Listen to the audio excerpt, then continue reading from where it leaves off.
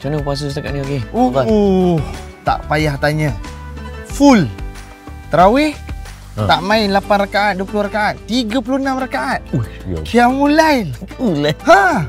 Satu benda nak cakap. Semangat dah ada. Tapi spoil sikit lah.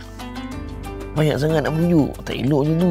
Masa Ramadan, komitmen dia pergi masjid, masak, Masak. bangun sahur, tarawih. Gini Habis Ramadan, subuh kantoi, Semua habis. sembahyang ke laut, masjid pun dah tak kenal, lupa jalan dah. Kan? Nabi sebut dalam hadis tu, imanan wahtisaban. Dengan keimanan dan juga dia mengharapkan ganjaran Tuhan. So, imanan itu adalah antaranya ikhlas. Dengan dia mengharapkan ganjaran Allah. Sebab tu penting ilmu bila kita tahu kepentingan ikhlas. Kalau kita nak ibadat kita tak sia-sia, kena ikhlas. Kita nak pesan kepada penonton-penonton di luar sana. Baik. Untuk jangan lupa macam biasa like, follow, komen, share.